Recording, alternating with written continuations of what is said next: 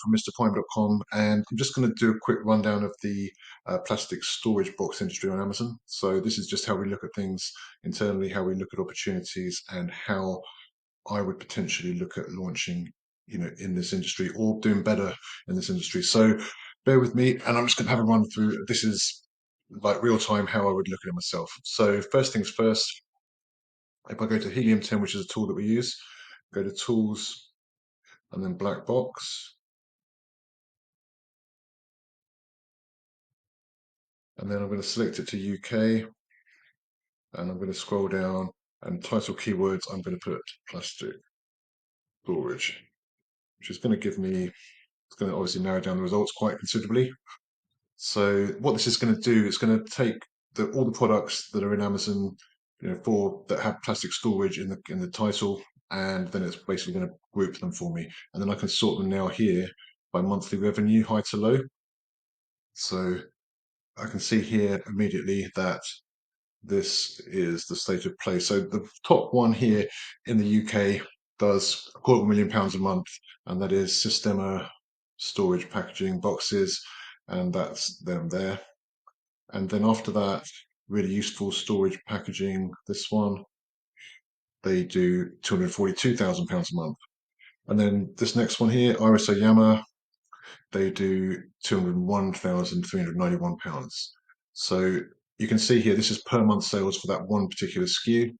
And if I keep going, you can see there's very much strength and depth. So, and there's all different types of packaging, plastic storage boxes as well in there. So what tends to be a good way to do it is obviously you click into the individual products like this one, and I can very quickly let you know how advanced they are on Amazon, I guess, because even though they're doing huge amounts, doesn't necessarily mean that they're that much of an advanced seller. So this one here, if I was to break down a listing, just looking at these images, they show the dimensions, which is good because of the containers. They show them stacking. That's good. They've got a video, and then they've got the 360 thing. That's handy. Got variations here, and they all show the same amount of reviews, which is good.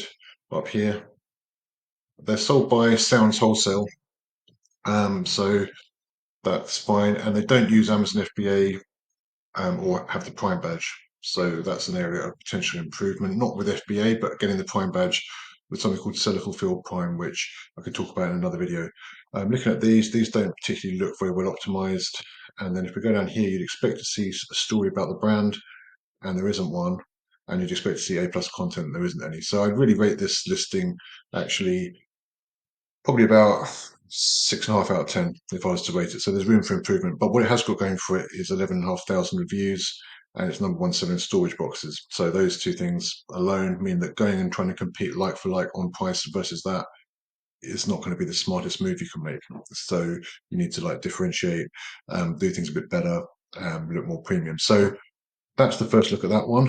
And then if we have a look here, we find a different type of product. So this one here doing 180,000. Okay, that's pretty similar actually. So you can see here though, a more sophisticated listing. I can tell immediately they put more work into the listing. They've obviously had an Amazon company working on it. It looks much more optimized. I'd expect to see A+ content here, which they have to an extent here. And it's not bad. It's probably like a 7.5, 8 out of 10 listing.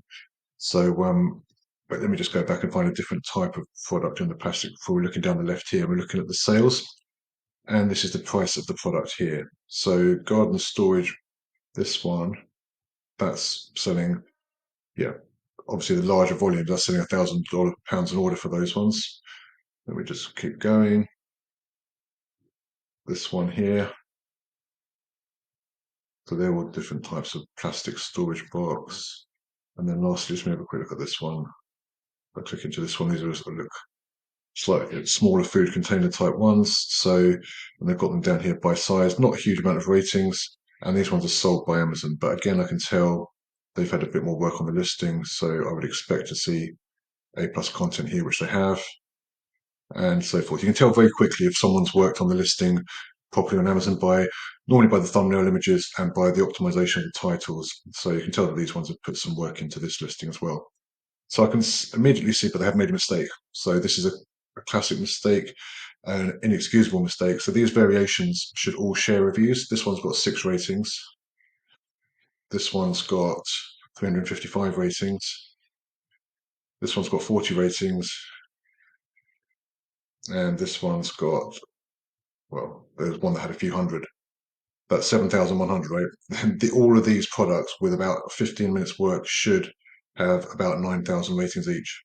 And that would increase their sales drastically just on that alone. There's no reason for those to have different reviews. They should all be sharing ratings and reviews. So that's a massive rookie error. But anyway, I digress. So going back to the products, I can tell, like, looking at this industry, obviously there's a lot of strength in depth, a lot of volume done. Amazon's like a perfect place for this type of product. So how do you go and compete with it? Again, if it's me, it's, it depends on your margins, of course. But to start with, I'd want to get a review generating product. And how I see these types of products working are single unit, a set of like maybe 5, a set of 10, a set of 20, and large ones like that. To start with, you get reviews on that single unit. You push the single unit really hard, and then you spread the reviews across to the other ones. And your end goal really is to start selling the bulk end of it, because you've got a lot of reviews that you're generating from that first SKU. So as an example, just let me show you here. I think this is a good example. So if they had a one liter one, a small one here, for example, and they use this to generate a lot of reviews on the cheaper product, all these reviews now pass to these bigger sizes, basically. And that means that every time now you're going to start selling the bigger size products, they all share these reviews. You see here, they all share 1,500. Oh, so they made a mistake as well. They should all share the reviews. But anyway, you start off with a product that generates reviews, a cheaper item product, one line of that, and then you add on the pack sizes, and then you start promoting the pack sizes more heavily when they're all sharing the reviews. The goal is really to get high average order value, start selling bulk orders to Amazon Business. So I'd set up one sort of suite of these, a variation of these, and I'd go very aggressively on it, especially on the smaller item with pay per click, build up the reviews, then start doing Amazon Business discounts to the other ones, to the bigger pack sizes and so forth. Again, that's how I would start to structure it. And then I'd roll that thing out. So basically, you've got the review getting item, which is the cheap one. You then add on the larger quantities, which share those cheap reviews, and then sell bigger quantities. And then you push the bigger quantities. You lean off the little one after that, and you increase the price on the smaller one so people don't buy it as much, and you look to sell the volume. And I think in these sort of products, most of the time they're bought by they can Amazon Business very regularly, or people that want a volume of them. So it's quite a good opportunity to sell in bulk and to sell to B2B and to sell larger quantities of them. So I'm just going to explain that a little further, but let me see if there's anyone doing that particularly well at the moment. I don't think it's necessarily that sophisticated of a niche looking at it. Like, for example, it's not like looking at supplements where you can tell all the listings are perfectly well optimized. These ones here, I can see some real mistakes pretty quickly, to be honest with you. Let me have a look at this one. So yeah, so this one here, they've got 10 lids and they've got 10 times 4. So this is an example where they've got 8,000 reviews on that. Please let me share them here. Yeah, so they've got them sharing here, which is good. So this one here would be an example. When you launch, you really go after this one, build reviews on that, and then you're building up the pack sizes, the extra pack sizes. This company, in my opinion, should have, bigger quantities here. They should have like a 16 and a 20, and so forth. And then and then you start building on those, but then this is sold by Amazon, so they're always pretty slack on those sort of things. And then you've basically got a set of variations where you've got around, 10 variations of things, different sizes, all sharing lots of reviews, and you're really then pushing the volume where your biggest margins are going to be. The other thing I'd do in this industry to stand out would be seller fulfilled prime. And that is basically where you sell from your own store, but you actually get the Prime badge as well. So normally you'd have to send product into Amazon with FBA to get the Prime badge, but in this sort of case, you could get the Prime badge by working with Amazon and shipping out from your own factory, from your own warehouse, and you'll still get the Prime badge. Now, the Prime badge gives next day delivery and it gives an uplift in sales of around 40%. When I'm looking, I don't see that many are going to be doing this. Let me see quickly.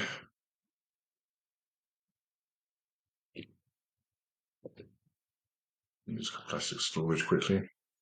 So here that they have Prime, so that's good. Iris Oyama, they're a big company. I've come across them before. Just going to click here. So what you'll see here, they have Prime, and these ones are actually sold direct by Amazon, so that's why they have Prime. So that's them. If you go to, let's see the other ones, a lot of these are not Amazon Prime. These are just basically free delivery by Tuesday, etc., etc., etc.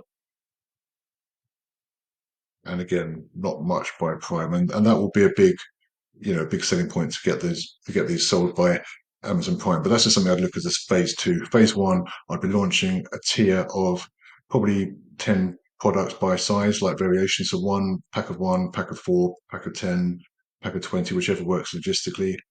Build reviews into them, promote them, then do business discounts for the higher volume items, um, and go in there. And when I launch a new product, I'd pretty much adopt that sort of philosophy. And then I'd also be putting an insert in so that they can get some more information around, things about usage of the products and so forth. Not that applies that much, but I'd be putting an insert in so I can try and get that customer, onto my books off Amazon, basically within terms and conditions, because the chances are they're going to be a repeat buyer of my other things. And when I bring out new products, I can launch to them as well. So the summary is a lot of strength and depth in this industry. I don't believe the sellers are that sophisticated. Like, to run ads on that product is crazy. That's a sponsored ad when you've got a 2-star rating, 1-star rating. That's just literally immediately burning money.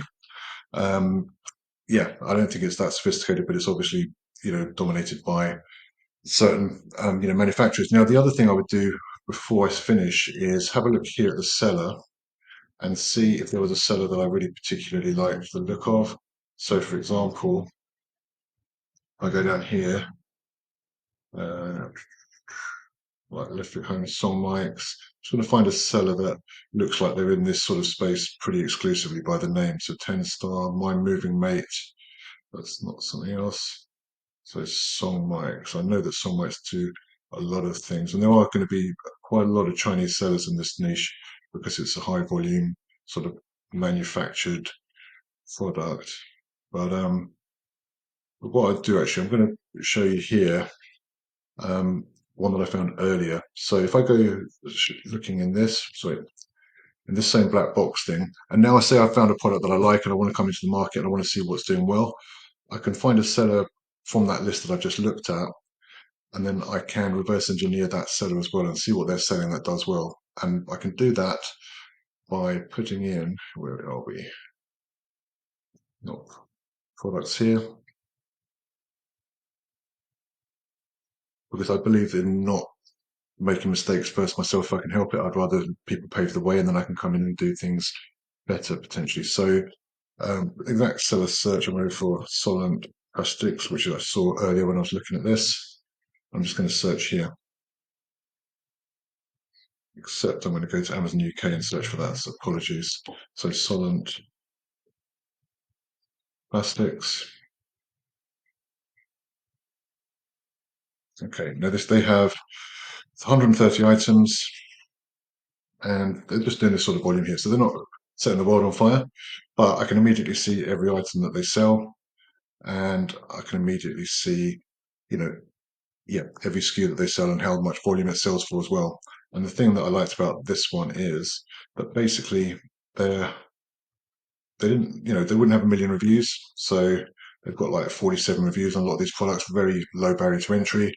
I didn't think they're necessarily well optimized for Amazon.